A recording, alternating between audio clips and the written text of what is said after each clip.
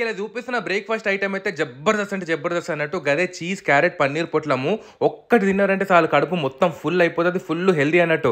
ముందుగాలైతే గోధుమ పిండి, చపాతీ పిండి లెక్క తడిపి పక్కన పెట్టుకొని ఇక ఫ్రెష్ పన్నీర్ తీసుకొని దీన్ని మనం ముందుగాల గ్రేట్ చేసుకోవాలన్నట్టు. ఇట్లా గ్రేట్ చేసుకున్న తర్వాత ఇలా పచ్చిమిరపకాయలు, కల్యమాకు, కొత్తిమీర, తురుముకున్న క్యారెట్, సన్నగా కోసుకున్న ఉల్లిగడ్డలు, అట్లనే మనం తురిమి పెట్టుకున్న అల్లము, ఉప్పు, కారము, పసుపు వేసి కలుపుకోవాలన్నట్టు.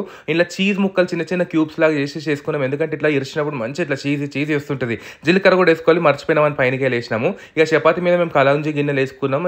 మీకు అవసరం ఉంటే వేసుకోవచ్చు. అది ఆప్షనల్ అన్నట్టు. ఇట్లా పొట్లంలా కట్టేసుకొని గోధుమ పిండిలో మొత్తం అంత నీళ్ళు కలిపేసి ఇట్లా అంటు పెట్టేసారు అనుకోని పొట్లం అనేది ప్యాక్ అయిపోతుంది. ఇక మంచిగా బటర్ తీసుకుంటేనే బటర్లో కాల్చుకుంటేనే మంచిగా ఉంటుంది అన్నట్టు.